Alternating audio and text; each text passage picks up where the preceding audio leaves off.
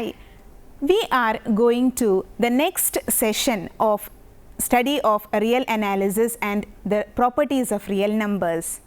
So far we were discussing what are sequences of real numbers, and in this session we will be discussing something called the series of numbers of real numbers. So what is the main difference between a sequence and a series? For a sequence, if you remember, we had discussed or defined a sequence as a function from the set of all natural numbers to this set, the so called sequence of real numbers. For corresponding to 1, there will be a term, corresponding to 2, there will be a term, for 3, there will be a term, and so on, and we denoted the sequence as sequence of x1, x2, x3, and so on. If the terms of the sequence are added, then we get what is called a series. So, a series is a summation of the terms of the sequence. So, the first session in this series or in this section is finite series. The definition is as follows. The sum of a finite number of terms of a sequence xn of real numbers is said to be a finite series, and it is denoted as x1 plus x2 plus x3 plus etc. plus xn, and this is the notation which is used for representing a series. Sigma is usually the notation for sum. So, we are adding the first n terms of the series, and so we are getting sigma I equal to 1 to n xi, and it is read as summation I equal to 1 to n xi.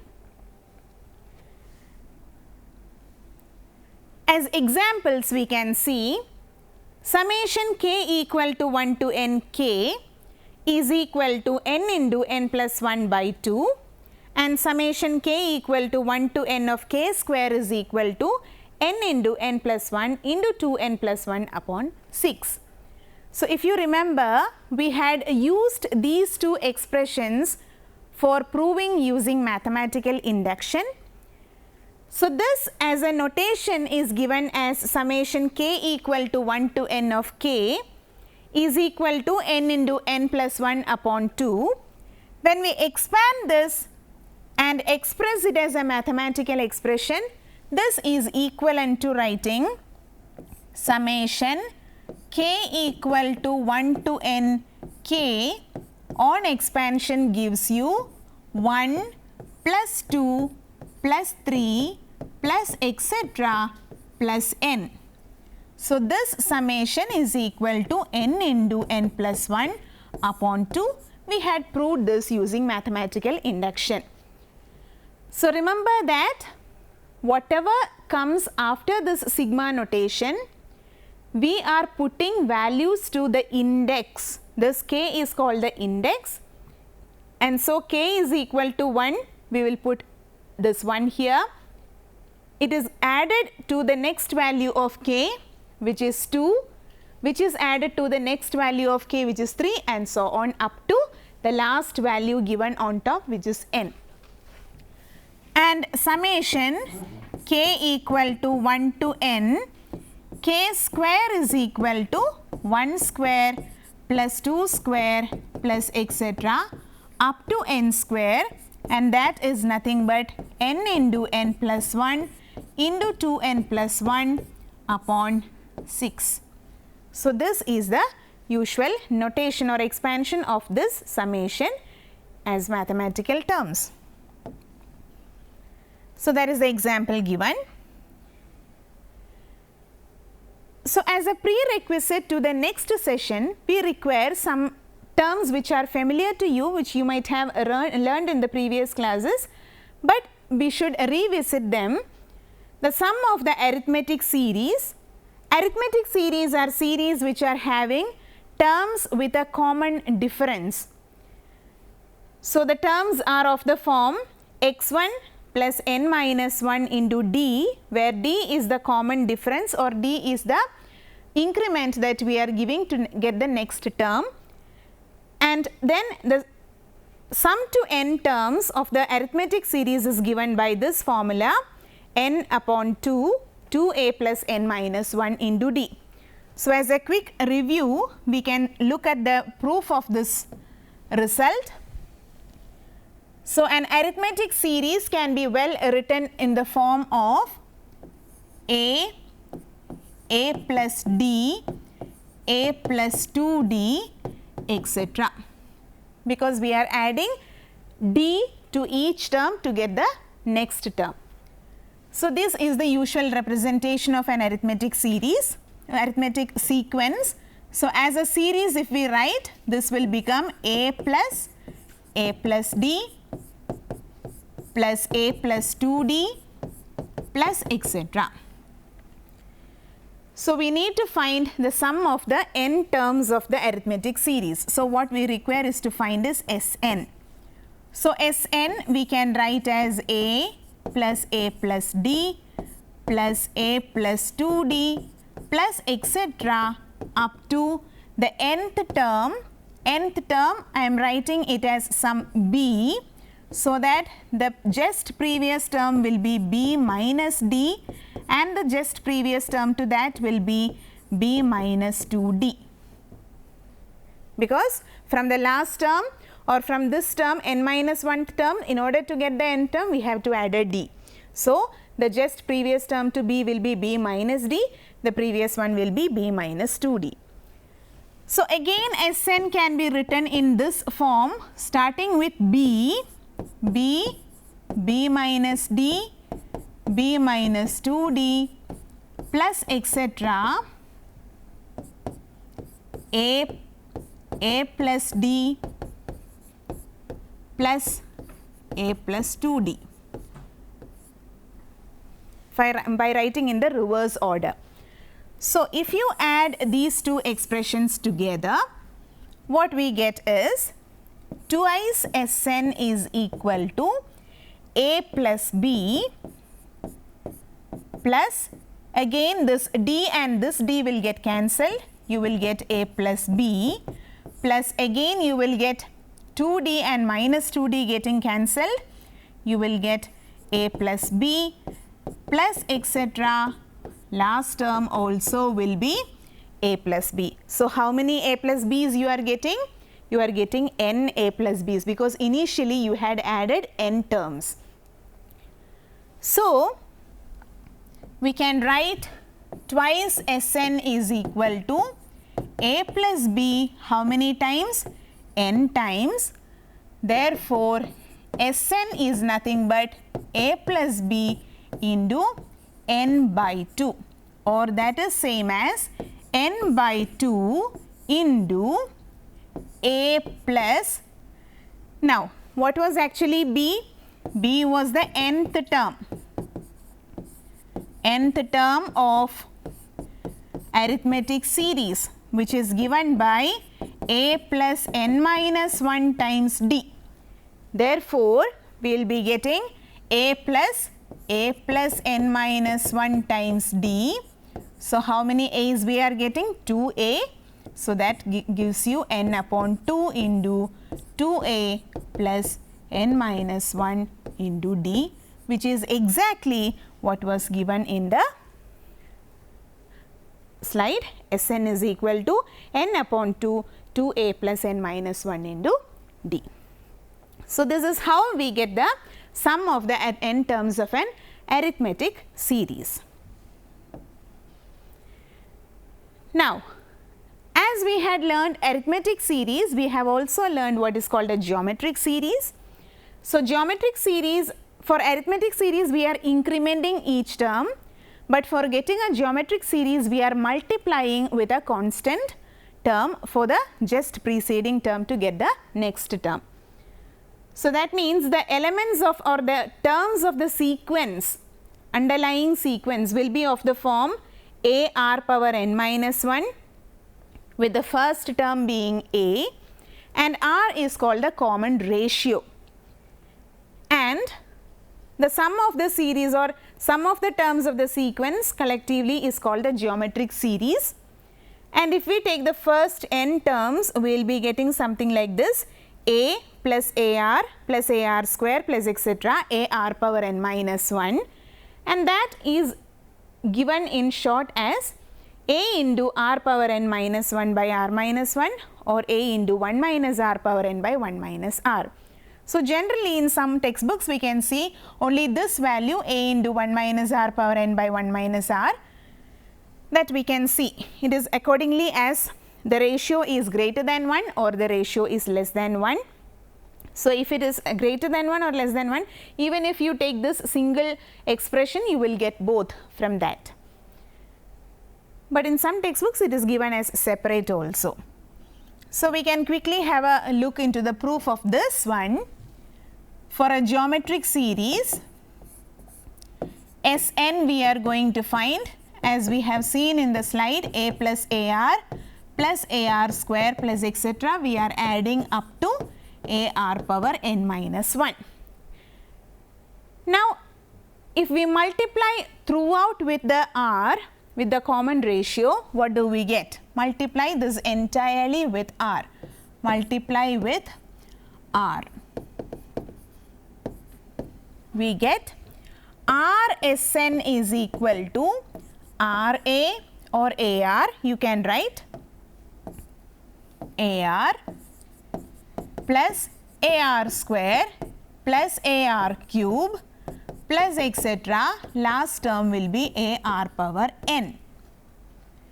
So, subtracting these two, we will be getting 1 minus R into Sn is equal to, this A won't get cancelled, but AR minus AR, these two terms will get cancelled. AR square will get cancelled with negative AR square. AR cube will get cancelled with negative AR cube, etc.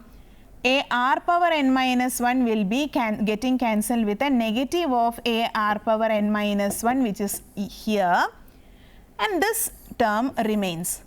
So, only these two terms remains, that is A minus AR power n we will be getting finally. Therefore, we can write Sn as A into 1 minus R power n upon 1 minus R.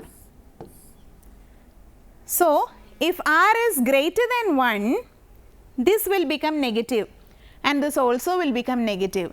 That is why we are writing it as R power n minus 1 by R minus 1, as we had seen in the slide. So, that gives you both the expressions, if R is greater than 1 as well as R is less than 1.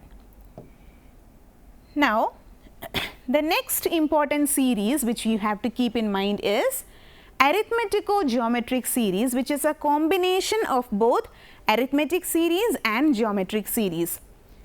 So, the terms of the series are of the form A plus n minus 1 d into R power n minus 1, and the summation is given by this formula. So, a quick glance of the proof will give you some insight. So, AG series we will write.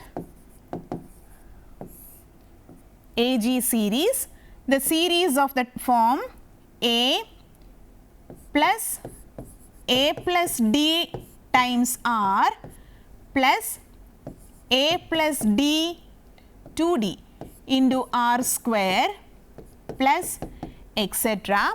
is called the arithmetico-geometric series or arithmetic geometric series. So, Sn is equal to A plus d times R plus A plus 2d R square plus etc. Last term, nth term will be A plus n minus 1 times d R power n minus 1. So, again, as we had done in the case of geometric series, if we multiply with R, Sn will give you AR plus A plus d times R square plus A plus 2d times R cube plus etc. Last term will be A plus n minus 1 d R power n. So, as we had done in the case of geometric series, we will subtract these two And on subtraction, I will write the expression only, you can simplify it and find. So 1 minus r times Sn is equal to, a remains as such, a won't be getting cancelled, last term also remains as such,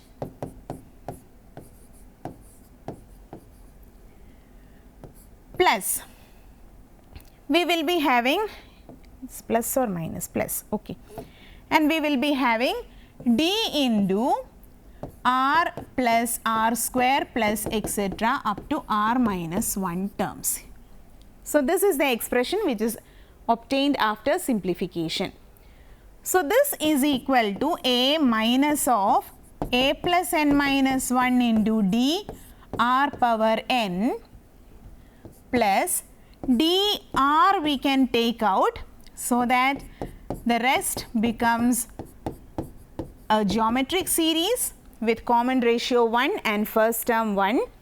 So which on simplification gives you a minus of a plus n minus 1 times d r power n plus dr into 1 minus r power n minus 2 n minus, sorry, this is actually n minus 2, because we are taking, this will be n minus 2. So here it will be n minus 1. So you are getting an expression like this upon 1 minus r. So here already there is a 1 minus r into Sn here. So when you take this 1 minus r down, we will be getting a minus of a plus n minus 1 times d into r power n whole divided by 1 minus r plus dr times 1 minus r power n minus 1 upon 1 minus r the whole square, which is exactly given in the slide. So what did I write here? Yes, okay. So this is the sum to n terms of an arithmetic geometric series, which is a combination of both. So as a problem, you can see sum of the first n terms of the series sigma n by 2 power n. So looking at the series carefully, you can write the first few terms of the series and then you can understand. Summation n upon 2 power n, if you expand by putting different values of n, you will be getting 1 by 2 plus 1 by 2 square, sorry 2 by 2 square plus 3 by 2 cube plus etc. So we can see that there is an increment as well as the multiplication going on. So we can identify this to be an AG series. So once you have identified it to be an AG series, you need the first term, which is a. What is a? It is 1 by 2. What is r? R is also 1 by 2. What is d? D equal to 1. So simply putting the values of a, d and r in the sum to n terms Sn, you can get sum to n terms of the series is equal to a minus of a plus n minus 1 times d r raised to n upon 1 minus r plus dr into 1 minus r power n minus 1 by 1 minus r the whole square. Substituting, you will be getting the answer. So that is how we do a problem using the sum to n terms, the formula for sum to n terms, identifying the given series to be an AG series. So that is how we can solve this problem. Now the next important series which we have to keep in mind is called telescopic series. So what is known as telescopic series, or how is telescopic series obtained? This technique expresses the sum of n terms of a given series in just 2 terms, and usually it is the first and the last term, and all the intermediate terms are getting cancelled. So we will use some technique so that we can write the sum to n terms in a particular way, so that all the intermittent terms are getting cancelled. You will be getting only the first and the last term. So the last term, which was far away from the first term, becomes closer to the first term by this technique. and that is why this method is called telescopic.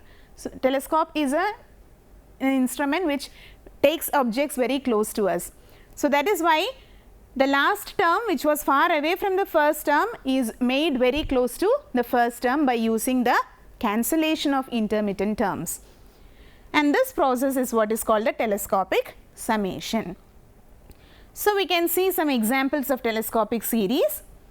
First we will do this one, summation k equal to 1 to n of 1 upon root k plus root k plus 1. So, summation k equal to 1 to n 1 upon root k plus root of k plus 1.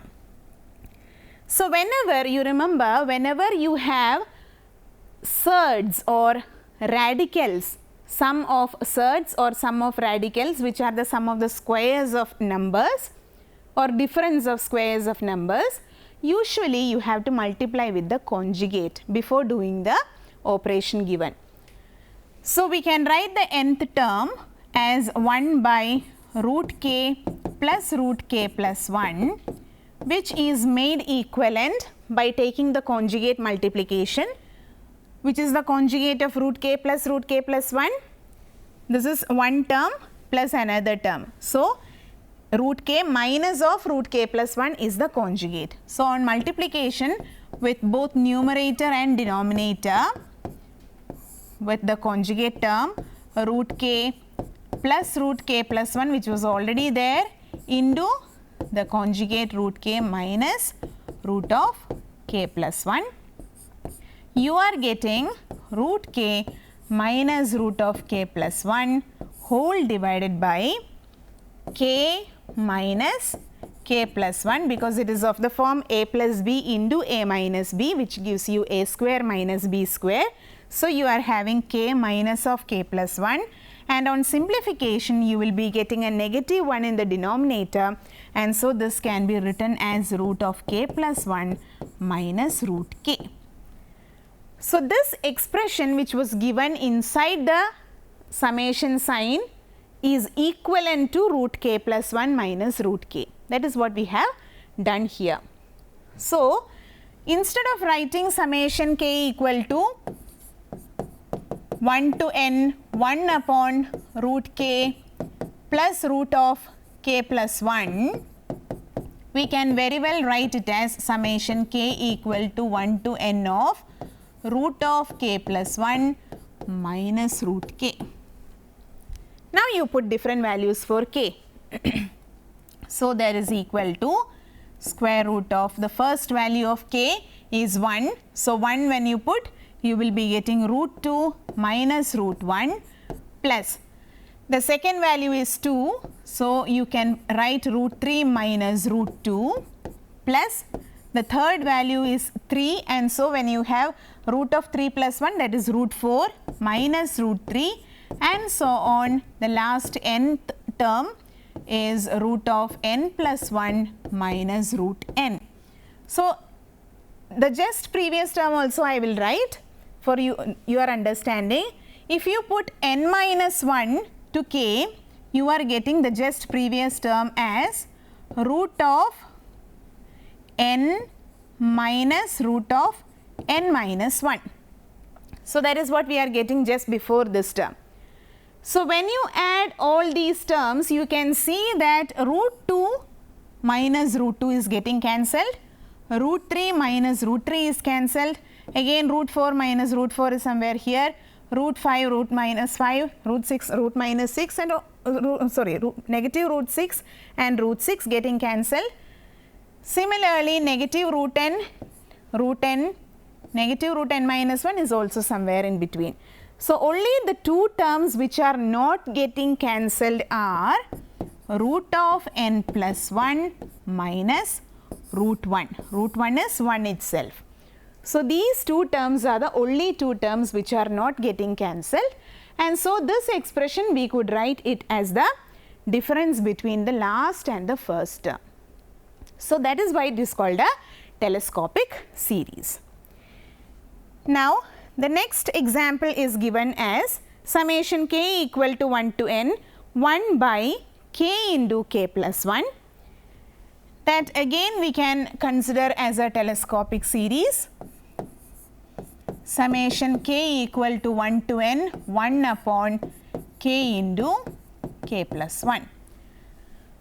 So you may remember something called partial fraction, you might have learned. So expressing the denominator, which is a product of two linear factors, we can write this term 1 upon k into k plus 1 as some number say a by k plus some number b by k plus 1. This technique you might have learned in schools.